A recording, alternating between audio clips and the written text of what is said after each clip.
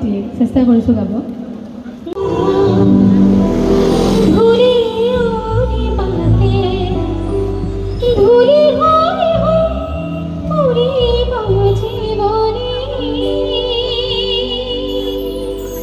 ধন্যবাদ। আটাইকে ধন্যবাদ জনাইছোঁ আৰু আকৌ কৈছোঁ জাষ্টিছ ফৰ জুবিন গাৰ্গ। জুবিন দাক ন্যায় লাগিব আৰু খুব সোনকালে ন্যায় হ'ব বুলি আশাবাদী। ভগৱানৰ ওচৰত প্ৰাৰ্থনা কৰিছোঁ সোনকালে যাতে হয়। জয় জুবিন দা। এই ঋতুদাকো দেখা পাইছোঁ, গাব লাগিব ঋতুদা, গাব লাগিব।